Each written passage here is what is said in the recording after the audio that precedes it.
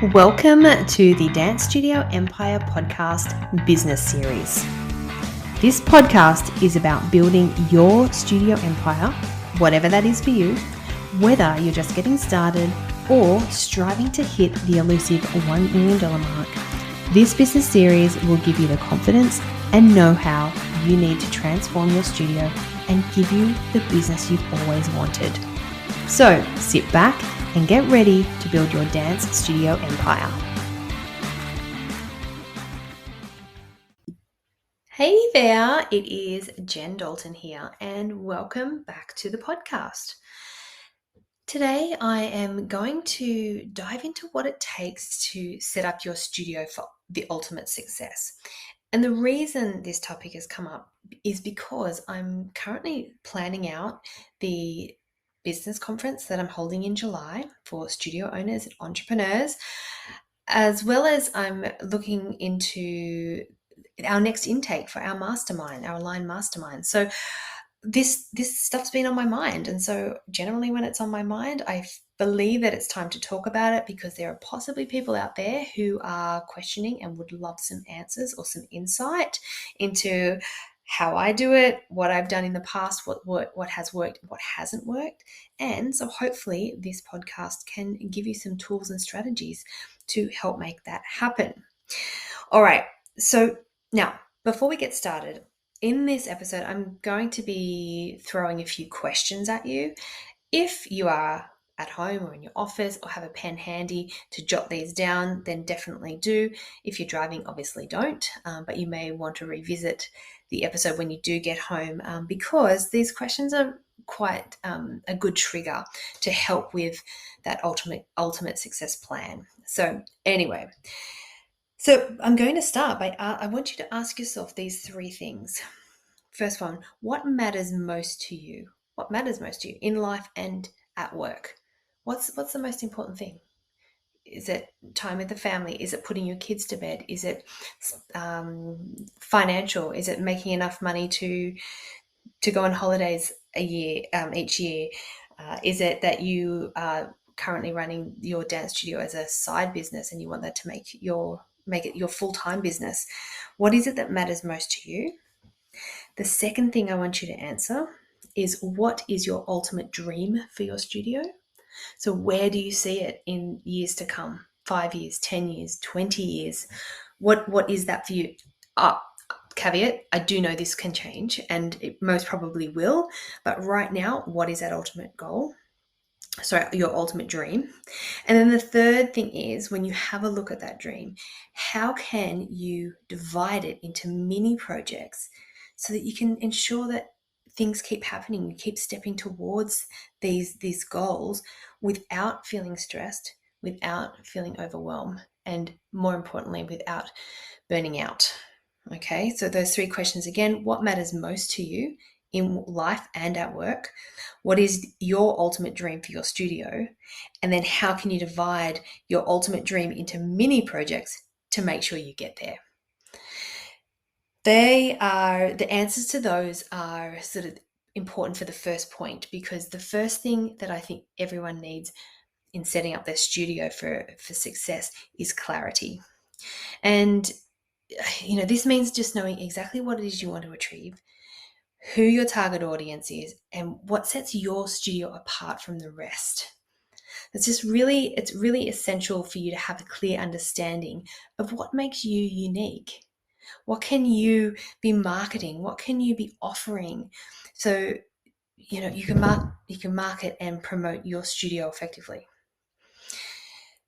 So I know I feel like I say this all the time, get clarity, but it really is the most important thing.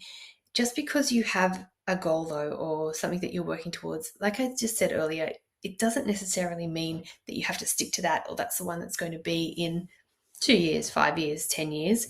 Chances are it is going to change, and that's okay. But you need to start somewhere to have something to work towards. So if you're feeling a little bit lost or a little bit confused, start here. Go back to those questions. The next thing you need to do is have a really solid foundation. So I'm talking about the systems in place, having a smart designed timetable. having consistency in your studio for your parents, having consistency for your students as well, and a really clear and easy process for enrolling new students. It's also essential to have a clear understanding of your finances so you can make informed decisions about spending and investment. And now I sit here very confidently and say you have to spend money to make money. You've probably heard that saying before, and you you can't just go all out. I understand that, and sometimes people are like, I haven't got the money to spend. However, start slowly. Do it in little pieces at a time. So you just might need help with one area.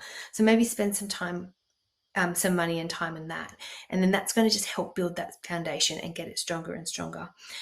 The systems I think a lot of studio owners shy away from because it's quite removed from the creative side of teaching dance and the stuff that we generally love. But please trust me, it is worth putting in the time. And again, if this is where you're feeling a little bit unsure, then reach out to someone and get some help. Ask others and ask your friends who are also studio owners what systems they use, things they do. Very, very valuable if you can bounce your ideas off someone else. So definitely do that. Just remember though, with your foundations, keep things simple, keep it clear and convenient, because that's the stuff that is appealing to parents. It's in the most case, they're going to choose that over complicated or inconvenient. So it really does make sense because they are so busy. So if you are thinking or you're reassessing, going back through your foundations, keep those things in mind. Keep it simple, keep it clear and convenient. We just want them to fall in love with you, sign up and pay you, okay? Then they're going to get their results. That's the second thing. Okay, the third thing is to invest in your team. Your team is the backbone of your studio, so investing in them is crucial for success. So this could include providing regular training, creating a positive and supportive work environment, and recognizing and rewarding them for their achievements or things that they're doing really well. I've spoken about trying to identify each of the love languages of your teachers to see, where could you do little things that would really be special to them and show them that you care about them. Because on the other side of that, if they're feeling that love, they're feeling that connection, they're going to give it back to you. They're going to give it back to your students, which is exactly what you want from them. They're super important. You're only as good as your team around you. I say that on the stage, at the concert, at the end of each year. So, and I truly do believe that. It's also important to delegate responsibilities and trust your team to handle tasks. So again, that comes back to training them properly, making sure they've got answers on hand. The process of training your staff, if you haven't done it or you're quite new to it, it does take time, and it's not just like you can train them and then you can let them go.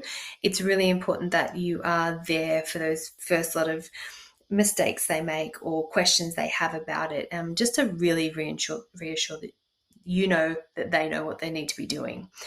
And because once they do have the handle of those tasks, then you can keep focusing on growing your studio. You can now spend your time elsewhere, increasing your enrollments, increasing your income, doing the things that you love and that are really effective for you. Okay, next one is staying ahead of the competition. So I know it is a crowded market, especially when you live and breathe it. Some areas are even more saturated than others. I am in a saturated area, so I do empathize with all of you who are as well. But it really is essential to stand out from the competition. So how can you do this? Now, we were very, very good at doing this. It is hard. We still are, but it is a lot harder now because people are, constantly evolving and they're continually improving their offers. So you need to as well. But just focus on what it is that your families love. Focus in on what's going to make them want to be part of it, want to add more classes. it's worth you staying up to date with things like the latest trends in the industry, offering unique and innovative classes. Like it's worth taking the time. Try not to jump on the bandwagon because everybody else is doing a certain thing or offering this certain thing. Try and think beyond that. And this is where you need to hand off things to your team so that you can focus on this side of stuff, the strategic side. This is the stuff I love, the actual growing of the business. So really important. You want to stand out. So how can you do that?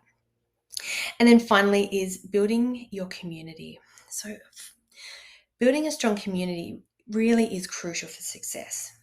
This includes not only the loyalty of your students, and your families, of course, but if you can, collaborate with local businesses or organizations. Try and create a supportive environment for your team.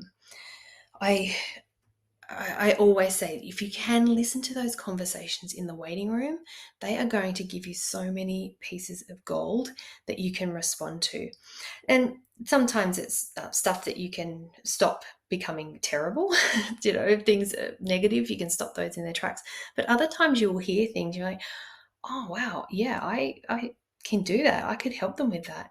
They're talking about a particular style that their kids' friends are doing, and then you're like, oh, maybe I should look into something like that. So just try and keep your ears open, and just really listen to what's going on in those conversations. And the other thing is be proactive, not reactive. And again, this is coming back to being able to have the time to build the strategies and have things in place so you can focus on your studio, not be working in it so much. Being proactive. And I always go back to this story. Apologies if you've heard it before, but we were putting on our end of year concert and it was going to be ridiculously hot this particular day. And it was in the media leading up. It's going to be the hottest day on record in 25 years or something like that. And knowing people in general, our audiences are big. We have over 1,000 in our audiences for each of our concerts, so there's even body heat left when people come out. And so what we did is we jumped on the front foot, so knowing that it was going to be hot, and we're like, okay, what can we do? What can we arm our families with this knowledge that we're very aware that's going to happen? What can we provide? And so we did big marketing campaigns. We had found this great photo of an ice cream truck that had melted to the ground, and we just said, look, we know the weather's going to be hot. This is what we're going to be offering. We're going to have water stations so that people could get free water around the auditorium at different places. There were particular rooms that were air conditioned, like smaller rooms that were air conditioned. So if people were feeling a bit overwhelmed in the actual auditorium, they could go to these rooms and just sit and, to cool down. So particularly like the grandparents, the elderly people who might have been struggling. And so we'd come out and we had said, I had done a video, a live to everyone saying, I know it's hot. You don't have to tell me. I know it's going to be hot. This is what we're going to be doing to combat that. So we just sort of took the front foot. We didn't just wait for them to come and say, oh, did you know how hot it's going to be? Oh, I can't believe it's going to be so hot. Oh, those dressing rooms. We just took initiative. And I suggest you trying to think of ways to do that throughout your whole business, because it really, really does pay off. And in the long run, it actually saves you a lot of work and it saves you a lot of stress. So it's worth doing. Definitely. All right. So in conclusion, setting up your studio for ultimate success requires clarity. You want to know where you're going, strong systems, investment in your teams, staying ahead of the competition, and building a supportive community. And honestly, if you follow these strategies, you will be well on your way to creating a successful and thriving dance studio. All right. Thank you so much for tuning in, and we'll see you in the next episode of the Dance Studio Empire podcast. Let me tell you about the ultimate event for dance studio entrepreneurs who are looking to transform their business. Join me on the 7th of July in Sydney, Australia for a full day of learning, growing, and being inspired by thought leaders and industry experts.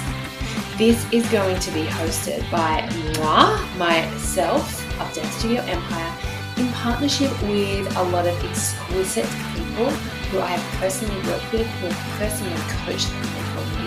And this conference will provide you with a fresh perspective from thought leaders within and outside of our industry. I want you to say goodbye to the insular insights that endlessly cover the same ground and generic advice unfit for your circumstances. We understand that competition is fierce, financial pressure is a constant, and the need to keep on top of an ever-changing industry is relentless. And that's why we've designed this conference to meet you where you are at in your business development. You are able to get your tickets right now. Don't miss out because there are only a limited amount available.